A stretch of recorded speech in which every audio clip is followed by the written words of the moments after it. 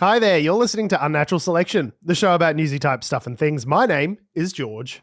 My name is Tom. And my name is Adam. And with our powers combined, we are Unnatural Selection. Make sure you visit us at our salubrious home on the web, unnaturalshow.com. I can breathe through my nose again, mostly. Yay! Yay! How's it going? Has the COVID ravaged household managed to pull through?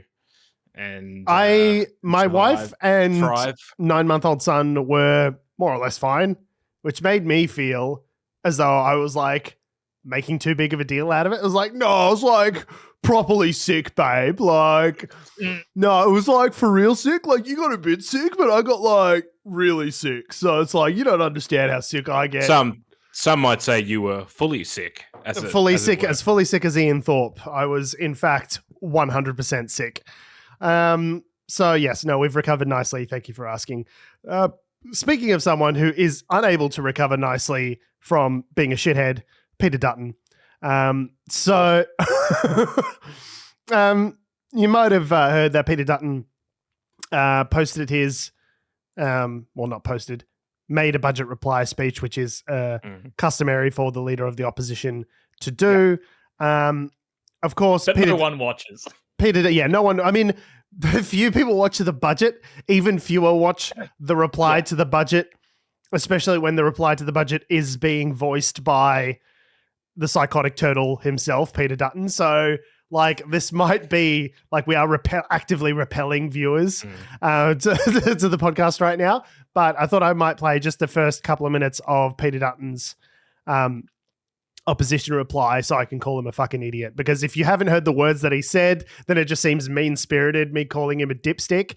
Whereas if you hear a couple of minutes of him talking, then you'll understand my perspective. Does that kind of make sense? Yeah, I'm with you. All right, let's hear Peter Dutton say a bunch of bullshit. To the Honourable, the Leader of the Opposition. Yeah. Thank you very much, Mr Speaker. Tonight I want to outline part of my vision for Australia to get our country back on track, to keep our nation safe and secure, to make life easier and better for all Australians, because this Labor government has made life so much tougher for Australians, because this Labor government has set our country on a very dangerous course. Almost 2 years ago, Prime Minister Albanese was elected promising a reduction of $275 each year in your power prices, cheaper mortgages, and that you would be better off under a Labor government. All of those promises have been broken. And this government has been focused on the wrong priorities. It started with the Prime Minister's Voice referendum. Not only did it waste $450 million, which could have helped families with the cost of living pressures that you're now facing, the referendum also divided our nation. And let's not forget that the Prime Minister called no voters chicken littles and doomsayers. Today, millions of Australians are struggling to pay their bills. Even going to the supermarket and petrol station has become stressful for so many. Prime Minister, Australians are genuinely hurting under your government, and they're not chicken littles. Electricity bills haven't gone down by $275, as was pledged on 97 occasions. They've skyrocketed. The Treasurer will give you a $300 rebate, but he knows full well that your annual electricity bills have increased, in some cases by up to $1,000 since Labor formed government. Interest rates have gone up on 12 occasions under Labor, and a typical Australian household with a mortgage is $35,000 worse off. And that's if you're lucky enough to own a home. Under this Prime Minister, the great Australian dream of home ownership has turned into a nightmare. Even finding somewhere to rent is near impossible. Now, the government has brought in an additional 923,000 migrants in just 2 years. On the available data, the government has only contributed 265,000 new homes and units to accommodate those people. And then, of course, there's Labor's tax on the family car and ute. You're having to fork out literally thousands of dollars more simply for choosing some of Australia's most popular vehicles, like a Toyota RAV4, including the hybrid, or the Ford Ranger, all because the government is trying to force you into buy an electric vehicle. And if you want to buy an electric vehicle, that is your choice. But if you choose to buy a vehicle that is not a hybrid or is not a diesel, That is your choice, and it should be restored. What a charmless, gormless Yeah. fuck this guy is. What an absolute piece of shit. Honestly, like you can't. What a prick. I just His attempts to try and even sound like he's a caring, empathetic, like man of the people. It just sounds so hollow. we're should meant be to clear that believe this goes on for another half an hour. Like half 30 an more hour. minutes. Yeah. I just love all the little points that he makes in there. I think one of the most galling, and it's been said before and it'll be said again, but his point of bringing up the voice referendum last year was to be like, not only was it a waste of money, but it divided the nation. There should be like a big smash cut of like all the All the press times he that divided Peter the nation. Dutton did that was like, we should all be against this. Like, the massive divide symbol that is Peter Dutton. I mean, some of the things he says, like, and this is classic opposition tactics, whether it's Labor or Liberal or whoever's in opposition. If something happens while a government is in power, It's their fault. It's their It's their fault. It's They their did fault. it. Yeah. Even though You know, they talked about how much more expensive mortgages have gotten and how much worse off families are, knowing full well that the Reserve Bank of Australia is the one who sets interest rates, not the government. And so you go, interest rates have gone up 13 times since Albanese. It's like, because of the profligate spending that your mob did during the pandemic, splashing money every which way, including providing tens of billions of dollars to large corporations in the form of job seeker who didn't need it. Like, that's what caused inflation. It was your government and their inordinate, improper use of cash during the pandemic to then turn around and then blame the Albanese government, who was just like there when the RBA raised interest rates. It's just like beyond infuriating. Like, and the power prices, same thing. It's like, well, we live in an international market. The war in Ukraine kicked off. That's affected wholesale power prices everywhere. Like, yes, power prices have gone up, and like ignoring the fact that Albanese specifically and Jim Chalmers in the last budget announced they're going to be giving people a $300 rebate on their power prices. He just like conveniently forgot about that. Like, well, he mentioned it. He mentioned it. He's like, yes, they're giving you that rebate, but then also, I guess some other numbers have gone up. Like, it's still like, oh, I'd better acknowledge it, but also quickly skip over it a little bit. It's just such an obvious, like, bad faith nonsense, like bullshit argument. I just hate him. I hate his dumb face. So the budget reply happened, I think it was on the 16th of May. So it actually was before our last show. We mentioned it briefly while talking more about the government's policy. Since that budget reply speech, people have been asking some more questions about some of the major promises. Now, Peter, that was his opening preface that you've just heard.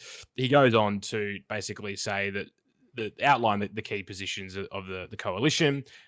The major one is that they're going to cut immigration numbers. To the concept being is that somehow reducing immigration will then provide less pressure on housing and everything else that flows through from that. The other thing that the other key part of their policy, as part of the budget reply, was this, nuclear energy policy that they've had for a number of months or years now. So, they were the two major things that he talked about. Didn't talk about them in great detail. There wasn't any press release after the fact. There wasn't any sort of, policy documentation. Apparently, it's coming very soon. As to how soon, that remains to be seen. Super soon. You guys are going to love it when it comes. That doesn't stop them still doing interviews, though. Angus Taylor, who's the Shadow Treasurer, got up at the National Press Club and was like, had his turn, I guess, at saying a bunch of bullshit, and basically said that the coalition would be cutting permanent migration up to 25%. Now, this kind of contradicts which is a different Dutton number to what Dutton just said the day before. Yeah. And then they quizzed him about it. They're like, hey, Angus, that number doesn't match what your boss said, or your colleague said yesterday.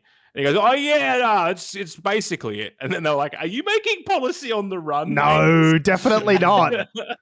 Do you have any like budget, any sort of papers, any kind of white papers that say what the effect on the economy would be by reducing the migrant intake by like 150,000 people on top of the reduction that you've already proposed yesterday? Like, did you have any kind of analysis on that or what that would mean for the economy or like just any paper? I'm just looking for paper that you might have generated in the course of like coming up with this policy. Oh, there's paper. They went to Officeworks and they bought right. But like, is there stuff on the paper or it just kind of makes it like, I'm just curious as to where the decisions are coming from. Soon. Real soon. Yeah. And he's up there saying, do not misunderstand us. We want fewer foreigners in the country. We're just like don't get me not wrong. on the same page as to how many we want. We hate the Browns just as much as you do. Yeah. And as soon as we figure out how many we hate, we'll let you know. Yeah. Just do not misunderstand us. And also, Still the policy. What was that fucking line about the tax on the Utes and the RAV? I have no idea what he's talking about there. I was so just they're like, talking about there's a federal tax around sort of certain types of vehicles and electric vehicles and that kind of thing. But it's part of just the concept. Some brands in. Well, you've heard of mentioning. You've heard of RAV4s. Everyone who's starting a family's got a RAV4, so like you should be mad about that because you've probably seen one or have one. So as it turns out, I think the most popular car being sold in Australia, as far as I'm aware, is a RAV4. Well, not RAV4. No, they're no? Utes basically. Well, the most popular SUV is the RAV4. SUV, yeah, and then also the most popular type of car is basically big Utes. There was a thing that came out after the pandemic that while electric car sales are also going up, the big car economy has increased as well. But yeah, I mean, he's referring to some sort of there is some sort of tax, I think, from memory in relation to encouraging electric vehicle use. Okay, well, I bought a car less than a year ago, and I don't recall seeing anything about any extra taxes. So. Well, because you bought a hybrid, so that might be. Why? Okay, but he was saying even if it was a hybrid, like I don't even know what the fucking point that he was making there was. It's just fuck this guy. He's just calling out. He's calling out. He's repackaging the whole electric cars are ruining the weekend, and like he's just borrowing all that rhetoric and then throwing in there, but like, and they're encouraging you. Like, it's less that there's. I think it's it's more expensive to buy a RAV4, which just from a quick Google, apparently is the number one selling car in Australia. Oh, there you go. There you go. There you go. And all that sort of stuff. Anyway, but not only it's not that they're more expensive to buy, it's more they're making it cheaper to buy something like a hybrid or an electric. And so he's just being There's a subsidy. means it's more expensive to buy. What a fucking what a bad faith dipstick. Yeah. Fucking I hate this guy. I hate him so much. Okay. Yeah. He sucks. We're all on the same page that Peter Dutton sucks. So he sucks. Even if you think, well, maybe I don't like Peter Dutton, maybe that policy makes sense in my head. Maybe let's assume that some conservative has stumbled across this podcast. Let's give him the most charitable possible interpretation of Peter Dutton's bullshit nonsense. Let's assume he's like Tony Abbott. Just says a bunch of crap. But let's have a look at the policy. So reducing immigration. Is the government planning to play with the migration numbers? Yes, they are. So there is a concern around how many people are coming into Australia and what pressures that's putting on housing supply, for instance.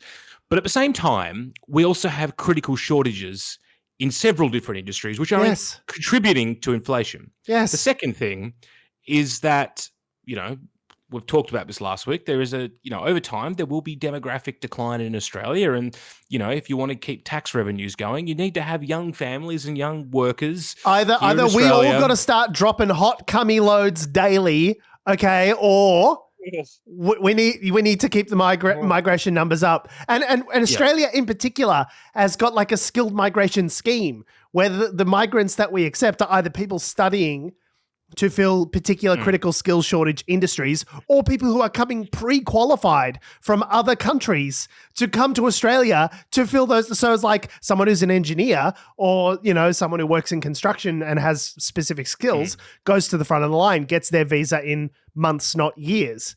And we've seen this. I think, Adam, you talked about someone that that had that play out in real time just recently. So it's like, it's not as though come in. It's not as though we're just accepting, what's that? On the Statue of Liberty, give me your tired, your poor, your huddled masses. Like, we're not doing anyone a favor by accepting like a bunch of humanitarian refugees. We're like, no, you got a fucking degree? Yeah, all right, you can come in. Those are the people that we're accepting because we need them.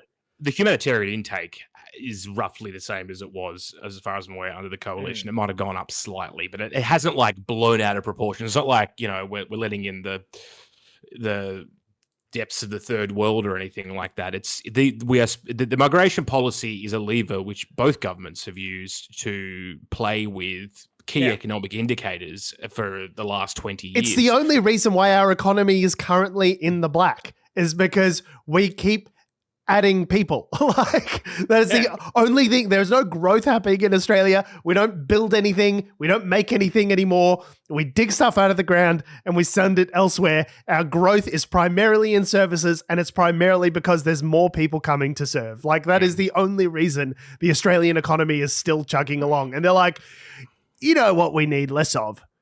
Migrants. It's like, no, that's the one thing that we absolutely should not be cutting, because it's the engine of everything that's happening in Australia right now. I mean, it might potentially in the short term alleviate certain parts of housing supply problems, but it's not going to like fix your rent overnight. Like, the fact is, the property market's got more at play.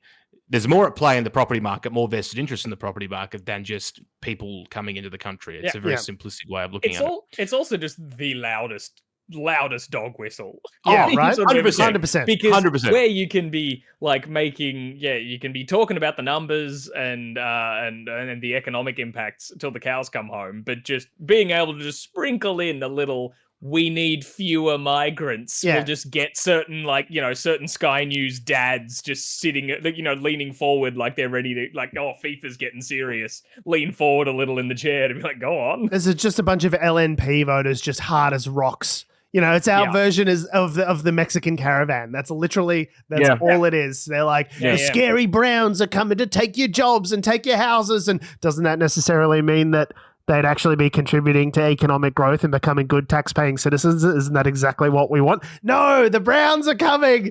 The Reds are under the bed. They're here. They're taking your jobs.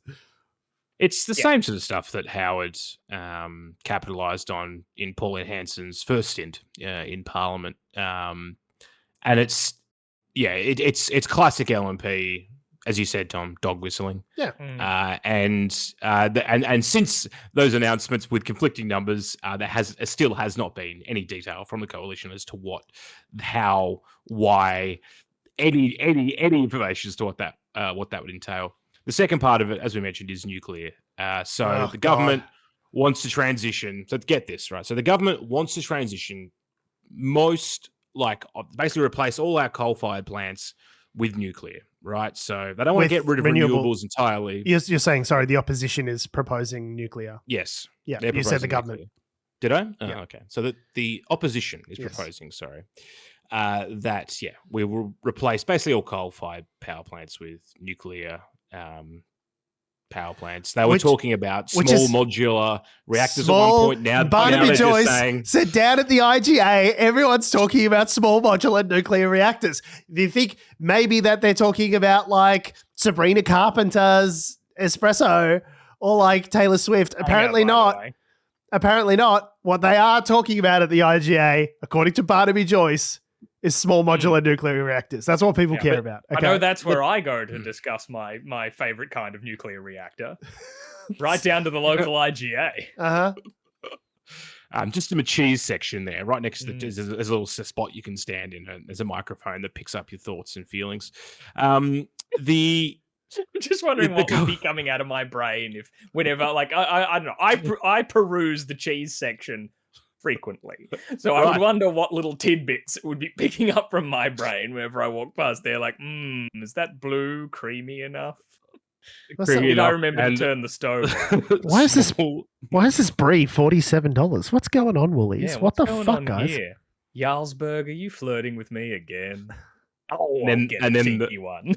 The next thought is small modular nuclear reactors. However, the coalition has actually shifted, and they're just saying now we're just going to do big. We're just going to do big nuclear because we've got AUKUS, we've got the nuclear subs. Let's just go. And the argument that they made in the budget reply speech was like, if nuclear is good enough for me submarines, it's good enough for me power. And I was like, not an argument. That means that is a literally meaningless thing that you said. You just said words. Those are words.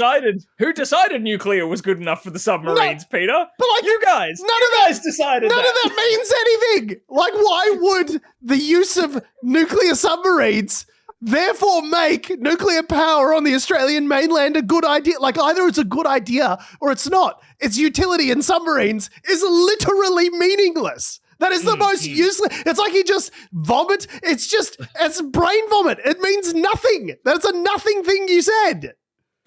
So the government, not government. Do you reckon we can get opposition- George I keep into saying the the National government. Press Club? I'm going to have a fucking aneurysm. I swear to God. I reckon getting I George reckon to attend one of those lunches, I think, would be eventful. that'd make a good YouTube video. I snuck into the National Press Club and asked a question. Oh, but I mean, yeah, surely someone like Friendly Geordies has done that. Yeah. Surely. Dressed as Luigi or whatever. Hi, So the opposition George figures- Sipos, keeping it real times. What the fuck? What? Just one question. What the fuck? What does that mean? That means nothing. What? Idiot says what? Anyway, the opposition are doing what, Adam? They have said that to roll out this nuclear plan would take something like 10 years. Good. We They definitely said- have 10 years. But the good thing about They've- climate, global warming is that we've got time on our side. So we can really afford to take as many years as possible to replace, our baseload power with overly expensive nuclear reactors that take a median of 7 years to build. That's a great plan. It's both cost effective and makes complete sense. So that's perfect. But I guess some of the it's unclear, shall we say, where the opposition's getting their advice from, because surely not those guys, not from those they would fucking have to idiots be- at the CSIRO. Those fucking nerds don't know shit about fuck. Okay. well, yes, because there was a release put out this week, a press release from the CSIRO and the Australian Energy Market Operator, where What would they know did about this stuff? What would they know? Nothing. there's a detailed gen cost report, which looks at sort of, I guess, the costs of various energy sources and sort of how much that would, cost to roll out, and also how much would the energy actually cost when it's up and running. They look, let's just say, let's just call it what it is. Love it. There is in no way, any shape or form that, whether it's just the startup costs or whether it's the general fee that you pay for your energy, in no way it's great. is nuclear cheaper. So you're saying there's a chance? Nope. No, it's dumb. The whole thing is dumb. Okay, so we'll terribly circle dumb. back. We'll put a pin in it and we'll circle back. That's what I'm hearing is you're open to it. No, it's like whatever. Even if you take the most optimistic view of how much it would cost to set up nuclear reactors, great, and I have done transmission lines. Yep, and the transmission lines you need, because you have to put nuclear. Like, you can't just pop a nuclear reactor into a coal-fired power plant. You have to we'll just pop one in there. It's fine. With coolants and like water sources. Yeah, we'll chuck it in. Don't worry about it. Yeah. So you've got to build new transmission lines. So even if you don't factor in transmission lines, and if you factor in optimistically, okay, well, we'll do it within this period of time, and we'll have to do like 7 of them, like, maybe we'll just do 5. It still doesn't stack up. It's still and how much way more expensive than just putting up some new wind farms. And how much less expensive would it be to just do it renewables instead? Like percentage wise, half. Half. It's like half the cost. Okay, so it's like pretty close. No.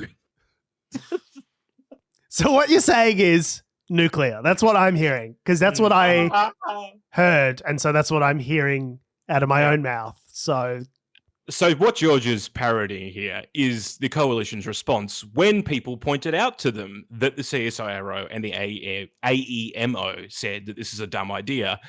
Dutton and Angus Taylor were just like, yeah, but like... Yeah, but what if it wasn't a dumb idea?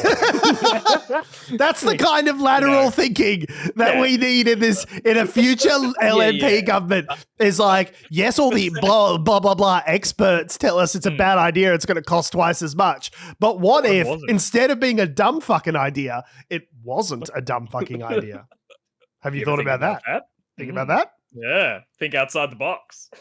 Yeah, so what Adam was mentioned there is that the rewiring of Australia to renewables, cost included, would still be cheaper than us getting nuclear. Like, not only is it cheaper and more efficient and better in every respect, we could also rewire the country and it would still be less expensive than nuclear. Like, we could be renewable twice. And it's also like, let's do it twice. Like I said, it's a median of 7 years to get a nuclear power plant up and running. The output from it is more expensive than renewables. Renewables are getting cheaper. They also scale faster. You can put up a solar panel tomorrow and it'll start generating electricity immediately, which can start feeding into the grid, right? Like, there is no reason. Like, nuclear would have been a fine idea 30 years ago. Never mind all of the, like, you got to get, we've got a ban on it that you would need to get through the Senate and basically remove that ban on nuclear energy production. And the states as well. And the state, every individual state and territory have their own rules and regulations. No one wants a fucking nuclear power plant in their backyard because they watch movies and they saw the Fukushima disaster and they saw fucking Chernobyl and they saw 30 years ago would have been within 10 years of Chernobyl happening. Right. So no one wants say to the voters of your electorate, hey, do you guys want a big scary nuclear plant in your backyard? And everyone goes, oh, I don't know about that. You need to navigate all of those issues, get them placed, put them in, and then they would still be more expensive to run than just renewable. So why not just like do the renewable? Just do the renewable. Why are you guys so fucking against renewables? Like, well, because people like our favorite portrait haver Gina Reinhardt doesn't love them. I just hate. And she has all the money. And there was a bit in here where he talks about how millionaires and billionaires and large corporations are sort of sucking up all the resources. And I was just like, hang on, are we meant to believe that Peter Dutton of the coalition is meant to be a hero of the Soviet Union? Is that really?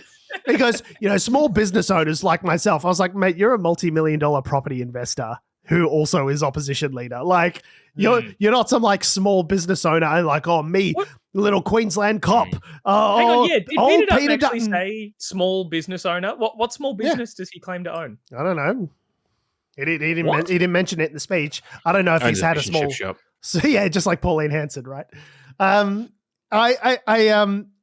know that's where the majority of his wealth comes from is property investing. So like, meanwhile, he's bashing the government, saying, oh, it's impossible for people to buy a home. It's impossible for people to rent. And it's like, well, mate, you're part of the fucking problem. Like, I hate to tell you, but I think he said, I've run a small business. He might not run one now, but he said, I've run a small business, as have other members, with 40 other employees. Colleagues, unlike most Labor parliamentarians, is the full quote. And that's meant to be like anti-union sort of. But that's meant to be like, you're on the side of the little guy, small business owners. He's like, he's like, I understand your plight, and they don't.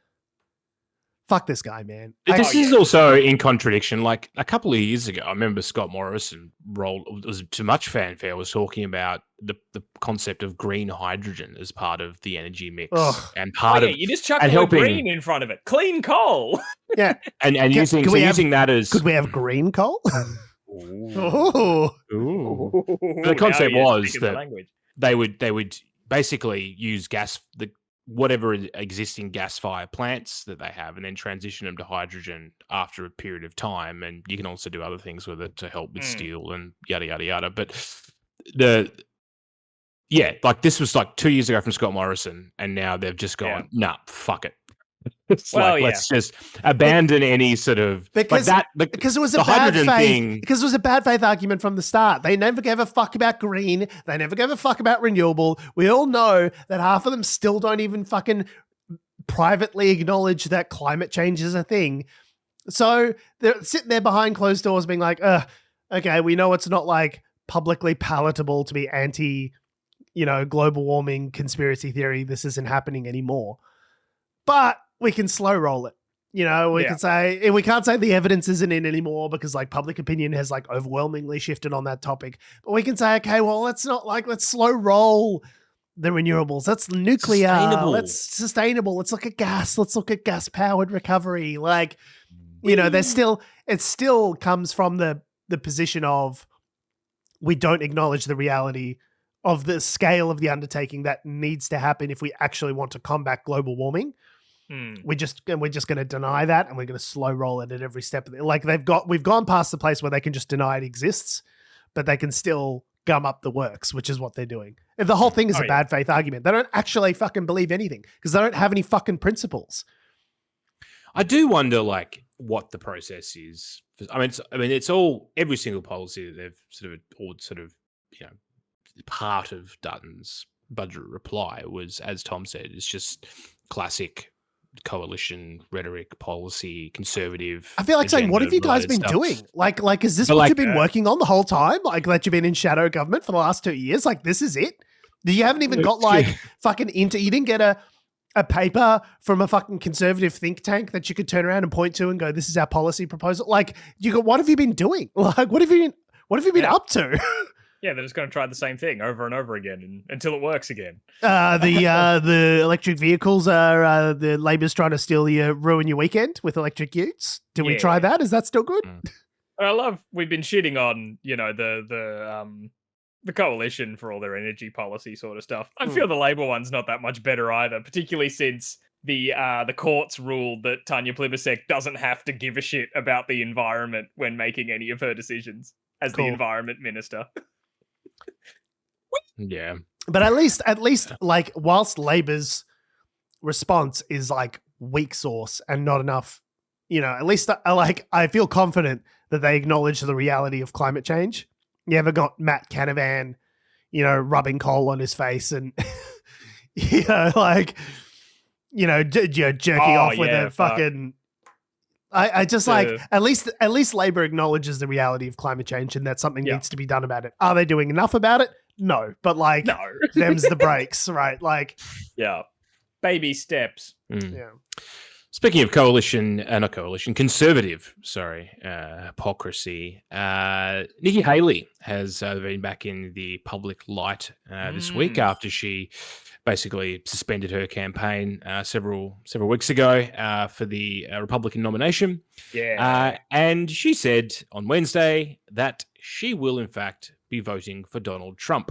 Donald Trump, yes, the same person she was campaigning against and saying nasty things about for weeks, months. Months, I guess. Like, fucking primaries and campaigning in the US is years. Yeah, so here's Nikki Haley saying some words. As a voter,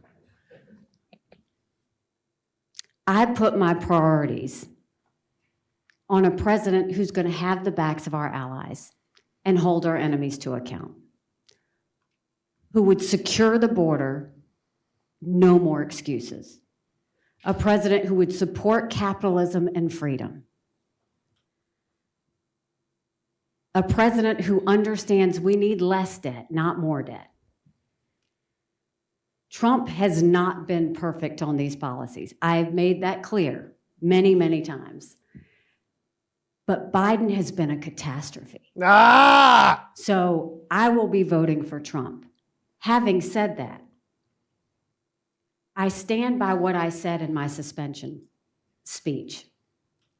Trump would be smart to reach out to the millions of people who voted for me and continue to support me and not assume that they're just going to be with him.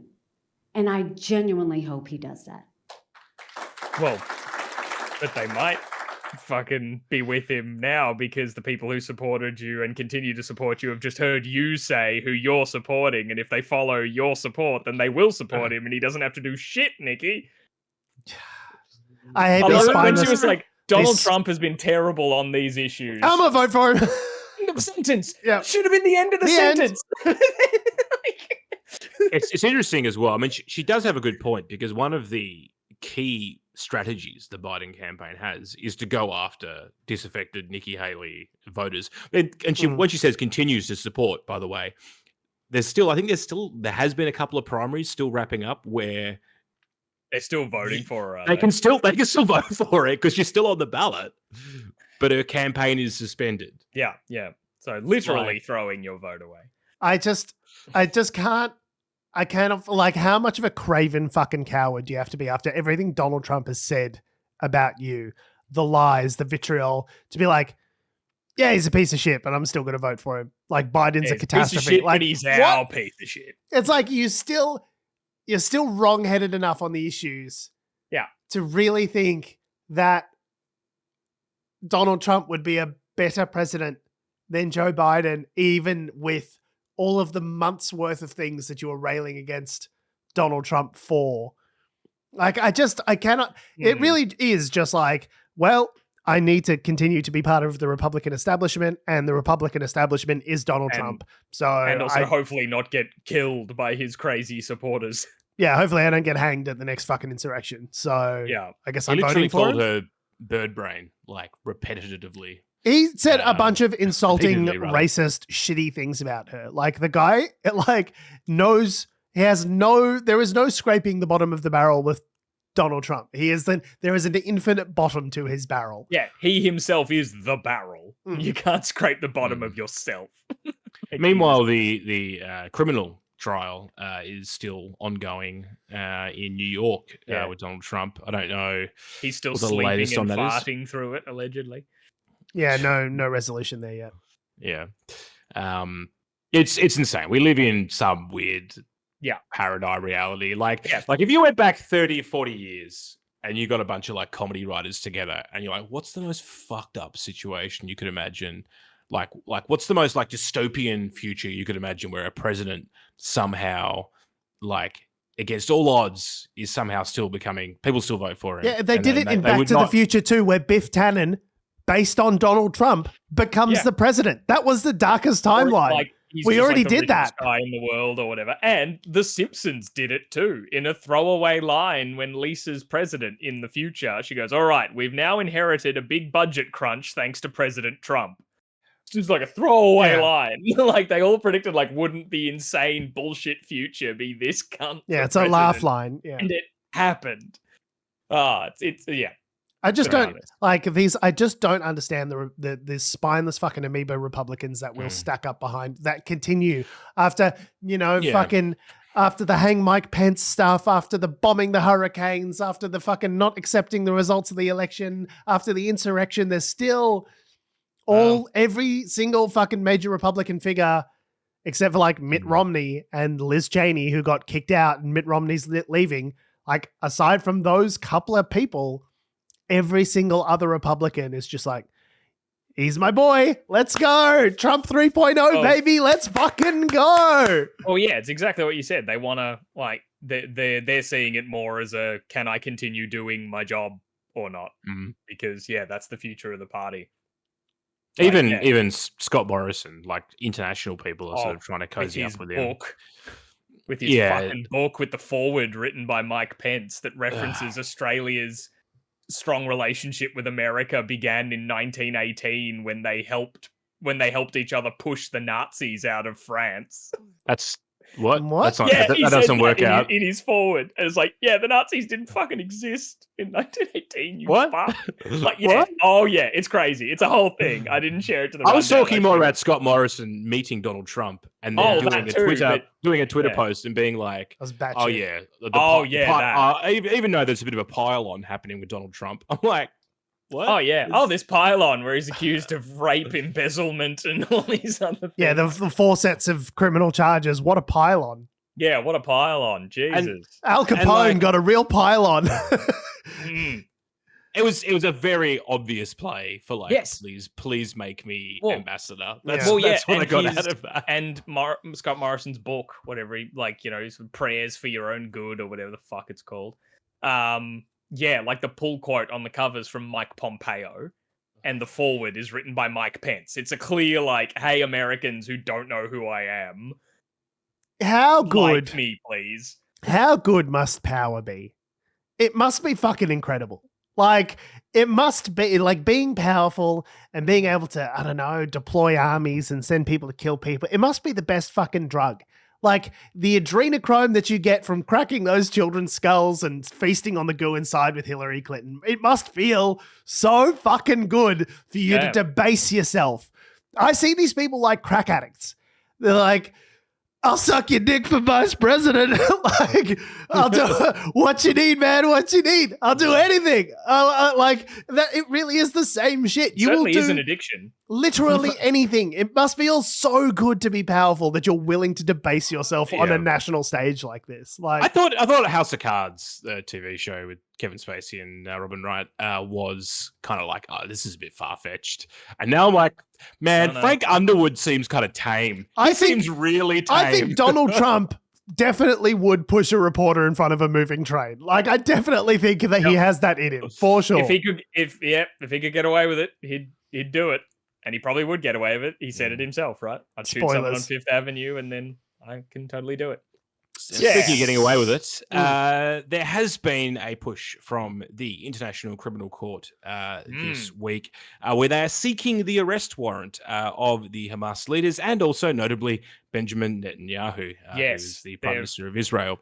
Yeah, they've issued 5. Well, they're seeking 5 arrest warrants. Well, 5 in total. Yeah, 3 of them for some Hamas leaders, 1 for Netanyahu, and another one for Defense Minister, I think. Yeah, the Defense Minister of Israel.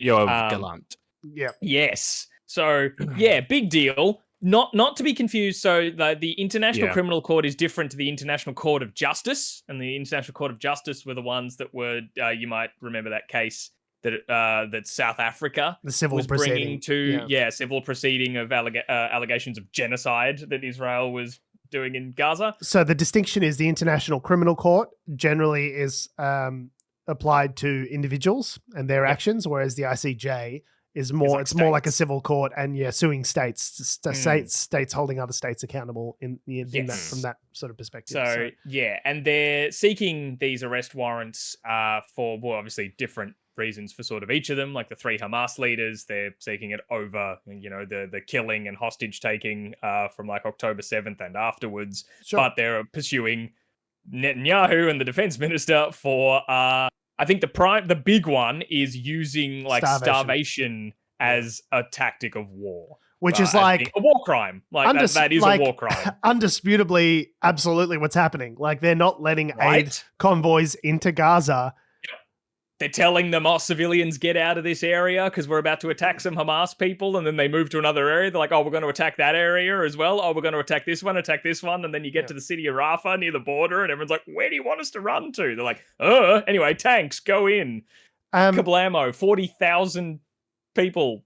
But it's dead. like, it's the starvation thing is undisputable. Like, you've got America's built like a temporary offshore pier, like out to the west, where they can go and ferry in goods to Gaza for humanitarian purposes, specifically because Israel won't their ally, the people to whom they are giving aid and comfort and succor and supplies, will not let any of that into Gaza. So it's like, to me, that is like, that's an open and shut case. It's like, you're absolutely using starvation. And you have ministers on record saying as much, saying like, we'll starve him out, sort of thing. Like the whole, what was one of the quotes? We're dealing with human animals. It's so fucking disgusting. And it's also, just like, it's a bit funny seeing America be like, we're going to build this pier so that we can continue to allow humanitarian aid into Gaza. We're also going to keep giving missiles and drones and shit to Israel. Let's just facilitate both of these things and not think about the implications of either. Well, they've also now come out on the offensive, Biden, and basically the various American political apparatuses, also in Congress and various committees and whatever else, basically saying, calling the person who is from the International Criminal Court who is seeking this warrant, basically insulting them and basically saying that it's a witch hunt and basically not supporting it. Crucially, both the United States and Israel are not members or not party to the treaty, which is of the ICC. But we are here in Australia. We are one of the member states. Well, most countries of are. it. It's like 130 something. 124. Yeah. It was the number I've got here from this ABC analysis. But, so it's like we will if Netanyahu came to Australia, if this arrest warrant was issued, we'd have to detain him. We would have to detain him. Like there is only a handful of places he would be allowed to go around the globe where he would not be arrested as a result of this. Like this is really very serious. And like to my mind, using starvation as a weapon of war, it's like it's something he's absolute. Like they are absolutely doing that. Like you can, they are 100% argue about the definitions of genocide and whether or not what they're doing is an ethnic cleansing or like a genocide light or like a diet genocide or like whether like that's all I guess a matter for courts to work out. Over the ICJ has said that there's a case to be heard there and there. That's ongoing, but like everyone agrees, like definitely war crimes. Sorry, we lost. You know what I mean? Like no one's disputing war crimes. Everyone's like, no, war crimes for sure are happening. Like 100% of the war crimes. Well, and but some of the pushback, as Adam alluded to just before there, that the US are not happy about it, and has been like stating, was a quote from Biden, that the ICC prosecutor's application for arrest warrants against Israeli leaders is outrageous. He said, and obviously Israel's not happy about it either. Like it would be amazing news if Netanyahu was like, you know what, fair. You got me. Take me away. Take me away. But there's also been a bit of a blowback from other people. Closer to home, we've had Peter Dutton is not thrilled. Peter Dutton has called it a terrible and anti-Semitic stance. And has calling that Australia should put pressure on the court to reverse the decision, which is insane. Well, there is no decision. They're seeking a warrant. The warrant probably won't get issued. So who knows? But just to see them, the Dutton make those. I hate that, claims, by the way. Hey, come on, saying that an action taken. I hate that because it plays into the exact kind of racist dual loyalty logic that that Jewish people have been a victim of for so many years, to say that any critique, that any action taken against the government of Israel, which is clearly acting in contravention to international law, is therefore an attack on Jewish people and Jewishness. The conflating of the state of Israel and Jewish people is in and of itself a racist anti-Semitic trope, to assume that a Jewish person, because they're Jewish, is completely loyal to the state of Israel. That is in and of itself an anti-Semitic thing that you're presupposing. I get so frustrated by the West's just complete willingness to acquiesce. It's interesting because on one hand, the same court, right? They've issued arrest warrants for Vladimir Putin, and the US is good on you, pretty good, good work. Oh, we're also going to issue it. Boys, up the boys. We're also going to issue it for your guy. Oh no! Hang on a minute. And to be fair, this would be the first time the International Criminal Court has has considered a warrant against a Western democratic leader. All of those things are inverted commas there. In their own individual inverted commas. Not inverted comma of the whole statement, each word. Yeah. That'd be the first time this has happened. So, it's like, it's all very well and good to burn, the enemies to freedom when it suits you. But obviously when it comes back to bite you, and this is critically why the US is not a signatory to this court. To so many multilateral agreements, like with the United Nations. It's like, okay, well, we'll be a part of it if we've got a veto power, right? If we can exercise unilateral control over the entire organization, for the purposes of projecting our power and influence across the globe, yeah, we'll be a part of that institution.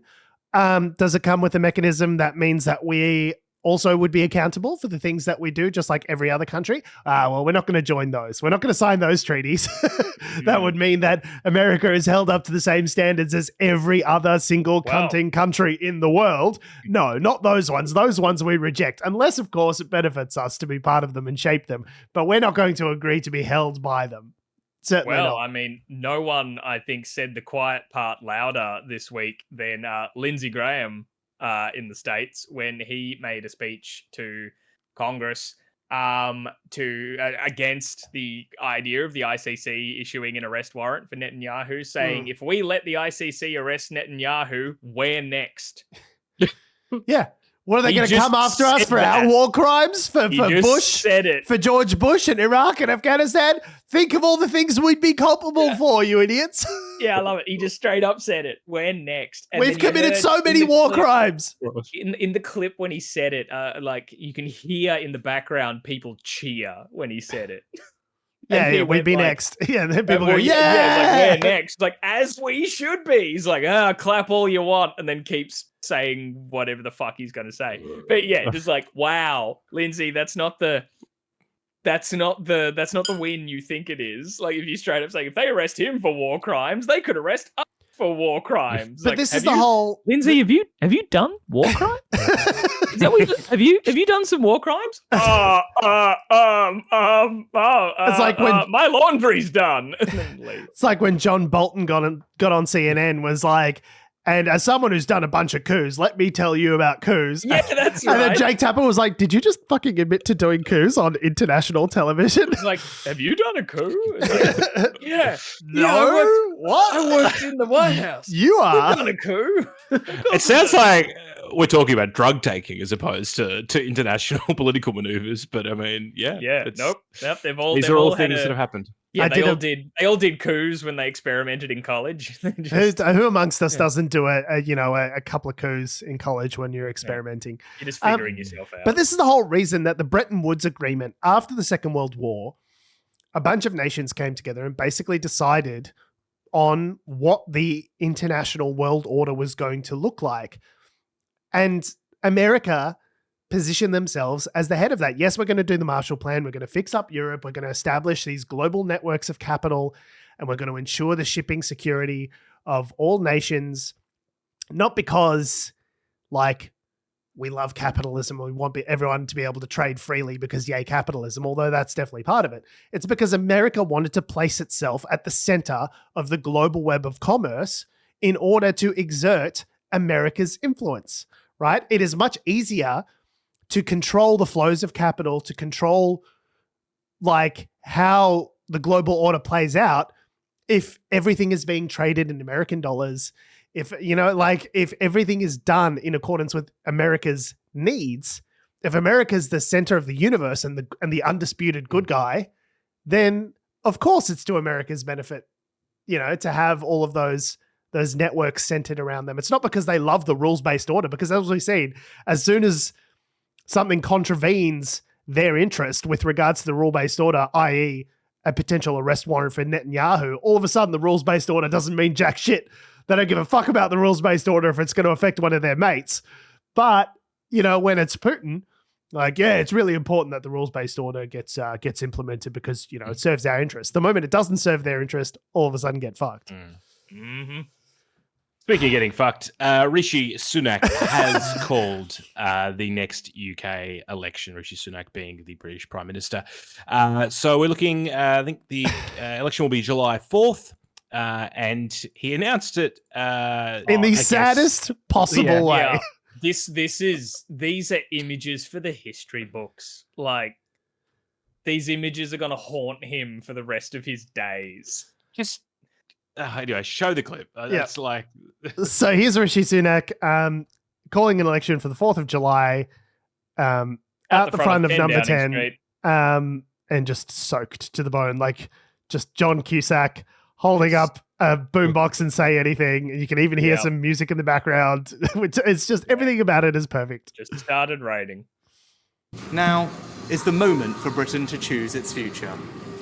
to decide whether we want to build on the progress we have made or risk going back to square one with no plan and no certainty. Earlier today, I spoke with His Majesty the King to request the dissolution of Parliament. The King has granted this request, and we will have a general election on the 4th of July. This election will take place at a time when the world is more dangerous than it has been since the end of the Cold War. These uncertain times call for a clear plan and bold action to chart a course to a secure future. You must choose in this election who has that plan, who is prepared to take the bold action necessary to secure a better future for our country and our children. Now, I cannot and will not claim that we have got everything right. No government should. But I am proud of what we have achieved together, the bold actions we have taken, and I'm confident about what we can do in the future. On the 5th of July, either Keir Starmer or I will be Prime Minister.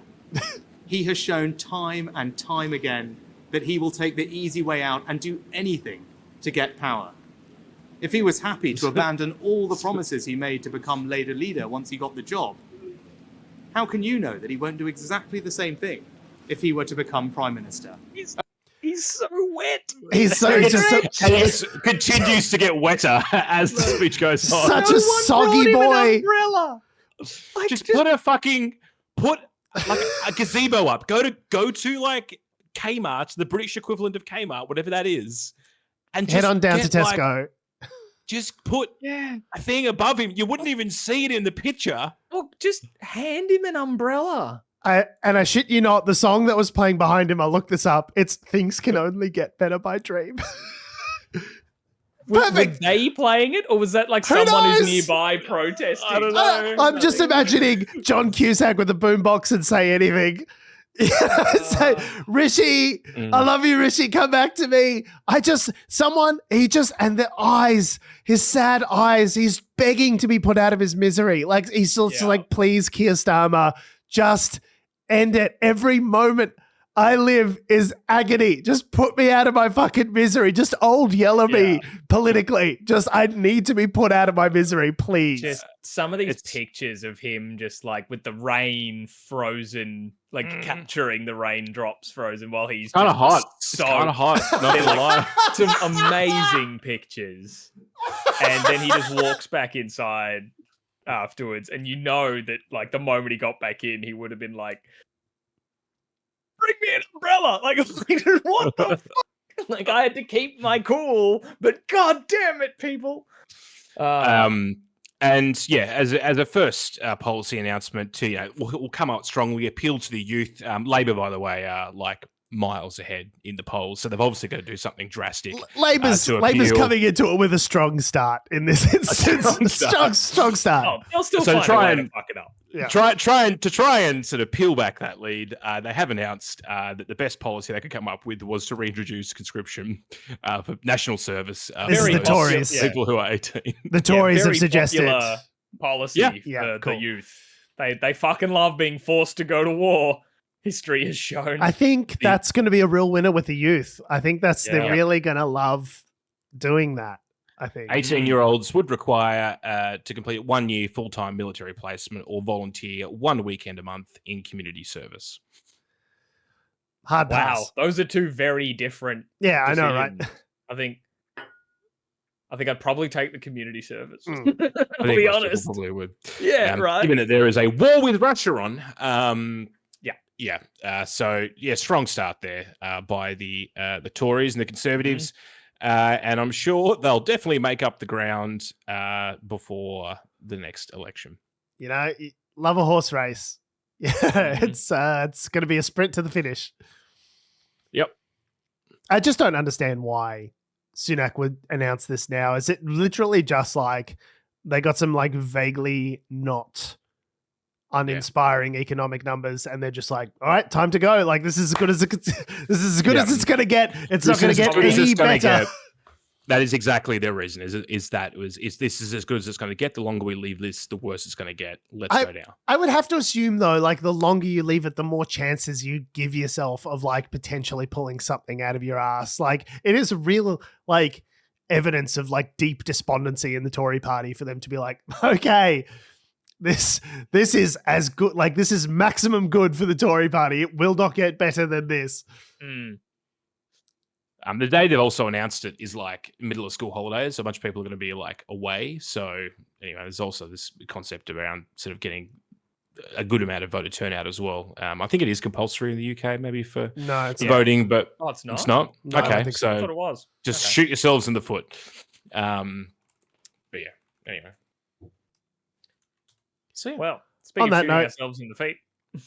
On that note, we have been, we are, and we always will be Unnatural Selection. Make sure you visit us at our salubrious home on the web, unnaturalshow.com.